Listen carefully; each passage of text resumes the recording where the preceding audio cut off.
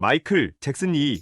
다 1993년 대한민국 어린이들이 가장 좋아하는 외국인으로 1위에 뽑히기도 했다. 1993년 여름에 발생한 13세 남자 성추행 혐의는 마이클의 상업적 매력과 음악적 명예, 대중적 이미지를 크게 손상시켰다. 마이클을 후원하던 펩시는 협력 관계를 종료했으며 모든 홍보 활동을 중단했다. 이에 마이클의 팬들은 펩시 보이콧으로 불만을 표시했다. 마이클이 자신의 아들을 성추행했다며 이반 챈들러가 민사소송을 건 것인데 이들의 관계는 1992년 시작됐다. 1992년 마이클의 차가 도로 한복판에서 고장이 났다. 마이클이 차 고장으로 인해 쩔쩔매는 모습을 본 근처 카센터 직원은 그것을 사장 데이비 슈워츠에게 알렸다. 데이비 슈워츠는 훗날 마이클이 자신을 성추행했다며 주장한 조단 챈들러의 의붓아버지이자 조단 챈들러의 친어머니인 준과 재혼한 사람이다. 슈워츠는 당시 아내 준과 사이가 좋지 않았다. 그런데 의붓아들 조단 챈들러가 열렬한 잭슨의 팬이었고 슈워츠는 조단을 이용하면 다시 사이가 좋아지지 않을까 마이클에게 접근했다. 마이클에게 차를 렌트해주는 조건으로 자기 아들과 놀아달라고 부탁했다. 마이클은 부탁을 수락했고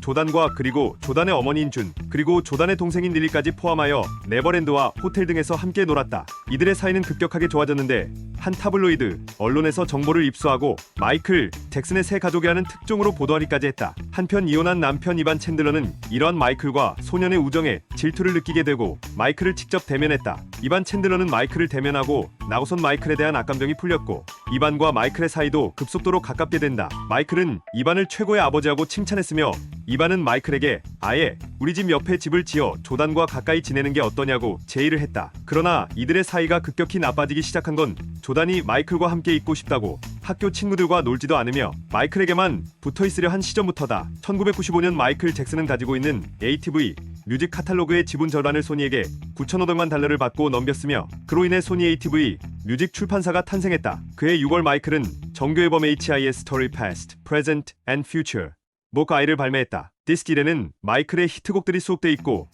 디스크 2에는 그의 신곡이 수록된 더블 앨범으로 빌보드 앨범 차트에서 2주간 1위를 차지하고 미국에서 700만 장 판매량의 인증을 받았다. 싱글 You Are Not Alone은 빌보드 데뷔 첫 주 만에 1위라는 핫샷으로 불리는 신기록을 세웠다. 앨범은 2천만 장 이상이 판매됐으며 평론가들에게는 대체로 평균적인 수준이라는 반응을 얻었다. 그래미 어워드에서는 올해의 앨범상 후보로도 지명됐으며 수록곡 스크림은 발매와 동시에 미국 빌보드 싱글 차트에 5위로 올랐고 올해의 뮤직비디오로 그래미에서 수상했다. 미국에서는 발매되지 않았지만 유럽에서는 발매된 싱글 It's Song은 많은 인기를 얻었다. 영국에서는 6주간 1위를 기록했고 116만 장의 싱글이 팔렸으며 독일에서는 100만 장의 싱글이 팔려 EX 플래티넘을 기록했다. 한편 HIS Story 앨범은 유대인 비하 논란을 겪었다. 싱글 They Don't Care About 여세 가사 중 Jew는 유대인을 비하하는 용어로 미국 내에서는 사용이 금기시된 용어다. 6월 17일 마이클은 그 말을 선택한 것에 대해 공개적인 사과를 했다. 마이클은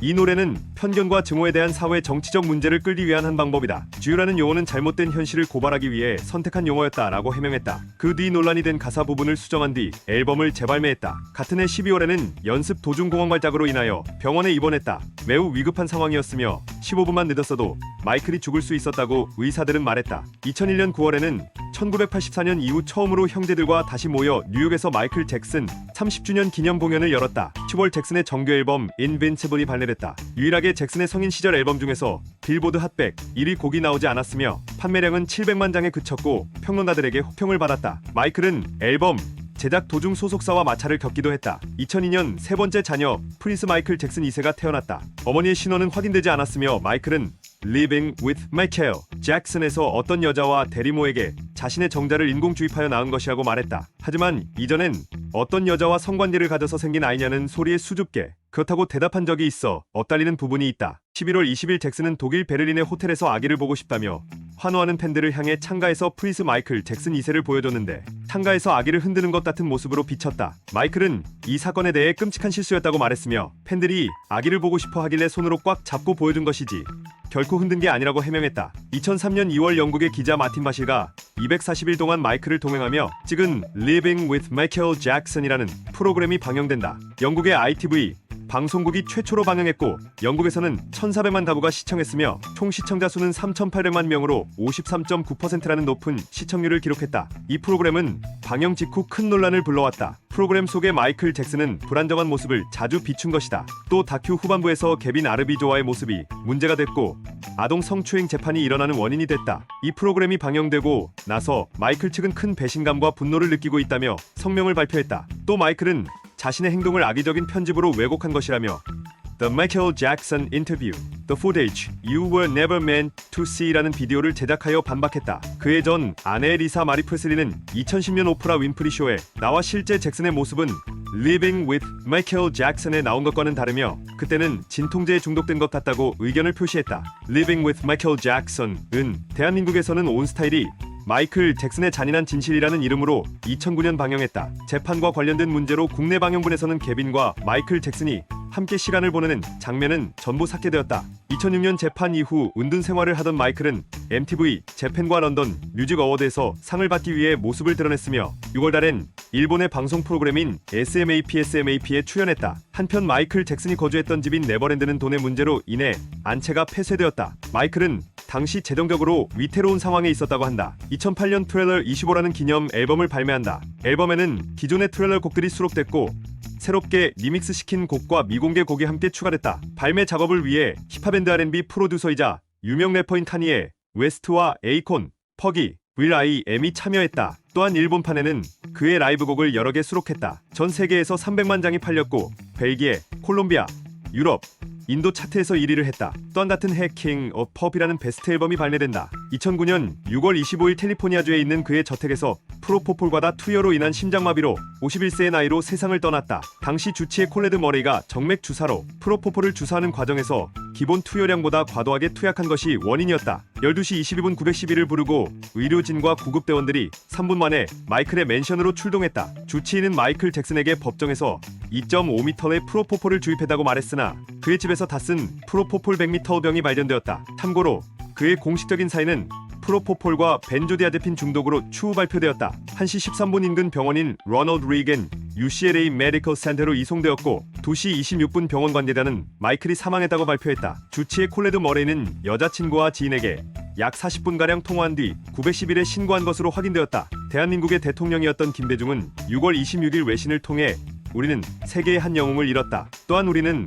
한국의 통일에 부단한 관심을 가지고 성원해준 사랑스러운 벗을 잃었다. 한국 국민은 슬프다. 나 역시 개인적으로 우정을 나눠온 좋은 친구를 잃어 슬프다. 고인의 명복을 빈다. 라며 마이클 잭슨의 죽음에 애도를 표했다. 한국의 민주당은 26일 한국의 통일을 기원한 잭슨의 사망을 애도한다고 성명을 발표했다. 10월 28일 영화 마이클 잭슨의 This Is It이 2주 동안 개봉되었다. 영화는 빠른 속도로 매진됐으며 특히 영국에선 티켓 판매 역사상 가장 빨리 많이 팔린 기록을 세웠다. 동명의 앨범인 This Is It이 같은 해 10월 26일에 발매됐다. 또 이 앨범에 실린 싱글인 This Is It이 발매됐으며 빌보드 차트에서 앨범은 1위, 싱글은 43위에 머물렀다. 2009년 12월 24일 미국 FBI는 마이클 잭슨에 대한 수사 파일들을 공개했다. 여기에는 살해, 협박 편지 등을 포함해 마이클 잭슨의 아동 성추행 수사 파일들도 들어있다. 이 정보 공개를 통해 그가 아동 성추행의 혐의가 없음을 다시 확인하게 됐다. 2010년 2월 52번째 그래미 어워드에서 평생 공로상을 아들과 딸이 대리수상 받는다. 2010년 11월 에픽 레코드와 마이클 잭슨 대라는 그의 첫 사후 앨범인 마이켈을 발매한다. 첫 싱글은 지난 2007년과 2008년에 R&B 가수인 에이콘과 작업했으나 유출됐던 Hold My Hand가 첫 싱글이다. 빌보드 203위를 기록했다. 수록된 몇몇 곡은 마이클 잭슨의 목소리가 맞는지에 대한 논란 또한 벌어졌다. 그는 대중음악계의 혁명을 불러왔다. 김태훈 음악평론가는 마이클 잭슨의 등장은 혁명과도 같은 일이자 완전히 다른 시대로 넘어가는 계기점이 됐다고 말했고 박은석 음악평론가는 잭슨이 팝음악계 내부에 공공연하게 남아있던 인종적 취향의 벽 자체를 아우른 뉴팝을 발명했다고 평가했다. 또 레이드 에픽 레코드 CEO는 잭슨의 혁신적인 업적이 아니었다면 아마 지금 현대의 음악과 예술은 전혀 다른 모습이 되어 있었을 것이다 라고 말했다. 영국 연구진이 빌보드 핫백에 오른 1만 7천 개의 곡을 분석한 결과 대중음악계는 1964년, 1983년, 1991년 총 3차례의 혁명을 맞이했으며 잭슨은 1983년 혁명기를 수놓은 대표적 팝스타로 조사됐다. 그리고 2014년 영국 의회에서는 의회 설립 80주년을 기념하여 지난 80년단 세계에서 일어난 가장 중요한 사건 톱 80을 조사했는데 핵 개발, 케네디 암살, 컴퓨터 발명 등의 사건들과 함께 대중음악 분야에서는 유일하게 마이클 잭슨의 삶과 음악의 영향력이 49위에 선정됐다. 단순히 귀로 음악을 듣고 만족하는 듣는 음악의 시대를 끝내고 눈과 귀를 동시에 만족시키는 보는 음악의 시대를 연 주역이다. 임진모 평론가는 잭슨을 보는 음악 트렌드를 만들어낸 신화적 인물이라 평가했는데 실제로 뮤직비디오와 화려한 무대 연출, 댄스의 발전에 지대한 공을 세웠다. 고영탁 음악평론가는 MTV와 뮤직비디오 발전의 1등 공헌자 마이클 잭슨이 이룩한 업적이 많이 있지만 그 중에서도 MTV와 뮤직비디오를 통해 혁신적인 기술 발전을 가져온 사실을 빼놓을 수 없다. 하나하나의 작품들은 놀라운 영상 미학을 구현했다. 마이클은 뮤직비디오를 통해 수많은 음악 팬들을 MTV 앞으로 이끌었다. 그의 뮤직비디오는 단순히 뮤직비디오가 아니라 쇼트필름이라 말할 정도로 방대한 스케일의 작은 영화다. 쟁쟁한 영화 감독들을 초빙해 탄탄한 스토리라인과 특수 효과를 갖춰 웬만한 영화 못지않은 뮤직비디오를 탄생시켰다. 라고 평가했고 차우진 음악평론가는 1981년 8월 1일 MTV가 개국하면서 본격적으로 뮤직비디오 시대가 시작되었다. 하지만 실제로 방송 초기에 MTV는 그저 그런 케이블 채널이었다. 시대를 중심으로 지지층을 넓히고 있었지만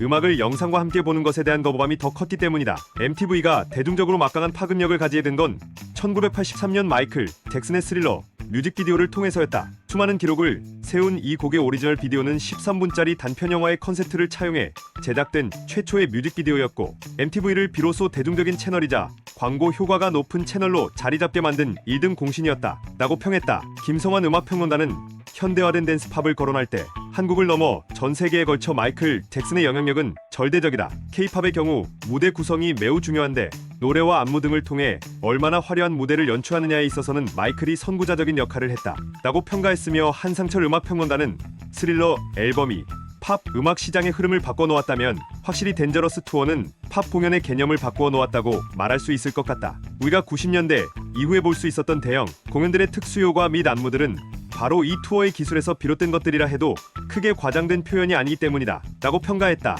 또 토니 스클라파니 음악평론가는 잭슨은 장르를 초월하는 음악 스타일을 창조해 팝 아이콘의 지위를 얻었고 팝음악에서 뮤직비디오와 댄스의 역할을 재정립했다. 1983년 모타운 창립 25주년 기념 빌리딘 공연에서 문워크를 선보이는 잭슨을 본 수많은 대중들은 이제 댄스와 더욱 강렬한 음악, 리듬을 선보이는 가수들을 받아들일 준비가 되었다. 바야흐로 프린스와 마돈나의 등장에 전국적으로 열광할 수 있는 무대가 만들어진 것이다. 라고 평했는데 실제로 모타운 창립 25주년 기념 빌리 젠 공연의 파급력은 전 세계적으로 엄청난 센세이션을 일으킬 정도로 대단해서 비평가 앤서니 디커티스는 그날 이후 모든 것은 예전과 같을 수 없었다. 라고 평할 정도였다. 달에서 유영하는 것 같은 브레이크 댄스와 문워크 그리고 200개의 영화 장면을 응용하여 만든 안무인 Dangerous, 빌리 진과 Beat It 스릴러, 뮤직비디오 등은 많은 사람들의 눈을 사로잡았으며 이는 현대 가수들에게 교과서적인 역할을 했다. 잭슨은 음반 산업에서 독립적인 상품으로 뮤직비디오를 여는 첫 신호탄이었으며 대중음악을 연예 사업으로 물꼬를 돌린 주인공이자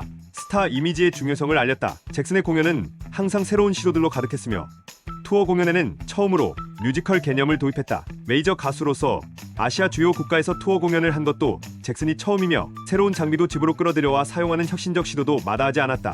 이러한 시도들은 많은 가수들에게 영감을 줬다. Off the Wall은 모타운의 홍크 사운드를 하도록 기타로 어떻게 바꿀 수 있는지 증명했고 트릴러와 매드는 MTV가 팝 시장의 주류 매체가 되도록 기여했다고 평가받는다. 이런 흐름은 지금 21세기에도 유효하며 한국의 주류 댄스 가요는 마이클 잭슨에게 빚을 지고 있다고 한다. 빌보드는 마이클 잭슨을 음악계의 제일 위대한 혁신가이자 제일 사랑받는 퍼포머라고 규정했으며 아마도 그 어떤 뮤지션도 음악 산업에 마이클 잭슨보다 커다란 임팩트를 남기진 못했을 것이다. 그는 역사상 최고의 엔터테이너다. 그의 슈트필름 스릴러에서 보이듯이 그의 획기적인 시각 효과와 스토리라인 그리고 복잡한 춤 동작들은 뮤직비디오를 예술 형식으로 바꿔놓았다. 마이클의 독창적인 쇼트필름의 충격은 뮤직비디오의 예술성을 대중문화 속에 집어넣는 걸 도왔고 이는 음반 산업에 깊이 효과적인 홍보 수단을 만들어 주었다. 활동기간 동안 마이클은 로봇 춤과 문워크 같은 복잡한 춤 테크닉 여러 가지를 유행시켰으며 심지어 반중력 동작을 해내기 위해 특별 신발을 디자인하여 특허를 내기도 했다. 그의 쇼트필름들에서 보이는 화려한 이미지와 무대 효과 연출을 통해